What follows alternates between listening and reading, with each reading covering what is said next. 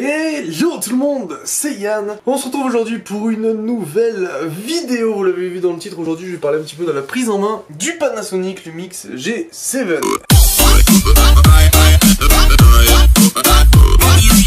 Actuellement je filme avec cet appareil photo, le son que vous entendez est le son produit par l'appareil photo, donc voilà, cette vidéo est made in 100% Lumix G7. Alors la prise en main c'est tout simplement un test très rapide, ça fait maintenant 3 jours que j'ai cet appareil photo, donc je l'ai depuis samedi, j'enregistre cette vidéo mardi et elle devrait sortir dimanche, donc il y a une sacrée différence entre le moment où je tourne et le moment où elle sort, mais au moins c'est tourné. Et donc du coup je vais vous donner tout simplement ma première impression un petit peu de cet appareil photo, c'est pour ça que j'appelle ça prise en main. Pour commencer bien entendu par les points positifs, je suis désolé, alors personnellement je suis...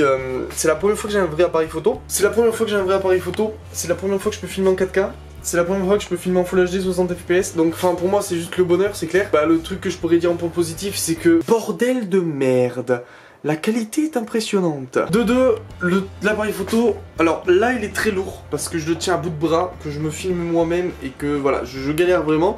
D'ailleurs il faudrait que je le prenne avec l'autre main, ça serait peut-être mieux, voilà. L'autre truc c'est que l'appareil est très léger, les objectifs sont quand même assez petits. Voilà le diamètre de l'objectif actuellement qui est le 14-140 ouverture 3.5.5.6. C'est un diamètre de 58, donc c'est petit, c'est tout petit. Par contre c'est un grand angle, vous voyez que là je suis sur l'objectif, vous voyez que c'est vraiment un sacré angle quoi. En termes de qualité audio, ben pour l'instant je sais pas, c'est pour ça que je fais cette vidéo aussi, c'est parce que ben j'en sais pas du coup tout à quoi m'attendre au niveau des vidéos, de la qualité du son. Je n'ai pas de micro externe, c'est vraiment le micro de l'appareil photo, j'ai aucun accessoire pour l'instant pour l'appareil photo, je vous jure à bout de bras c'est vraiment lourd en vrai. Les écrans sont impressionnants, le viseur a une qualité vraiment impressionnante, on n'a pas l'impression d'avoir un écran, c'est vraiment, on voit pas du tout les pixels malgré le fait qu'on soit super proche de l'écran. La lumière de cet écran, enfin du viseur est énorme, l'écran déporté que j'utilise actuellement justement, que là je suis en train de regarder, est vraiment aussi bon. Actuellement voilà, je suis à l'intérieur, je suis avec un ISO de 200 et une ouverture il me semble à 1,50 ou 1,30. Vous voyez que la qualité va plutôt bien. Donc voilà, je filme en 4K bien entendu, et je filme en...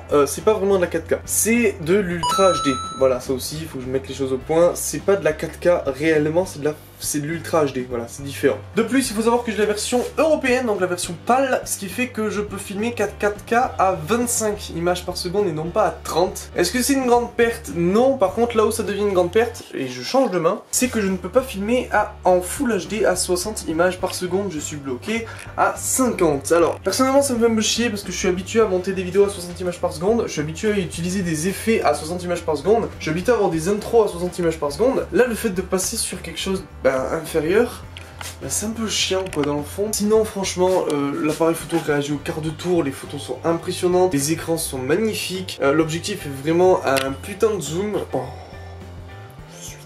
Donc voilà, un zoom de 10 fois, donc ce qui est assez énorme. Sinon au niveau des réglages, les deux molettes, donc pour ceux qui connaissent le G7, les deux molettes sont super bien placées. Les sélections de rafale, 4K, etc. c'est super bien placé. Sélection de mode, le bouton 9, enfin tout est super bien placé. La prise en main est vraiment énorme, vraiment personnellement j'adore cet appareil photo. Alors après le truc qu'on pourrait lui reprocher c'est le design un petit peu comme mon frère m'a dit, néo-rétro.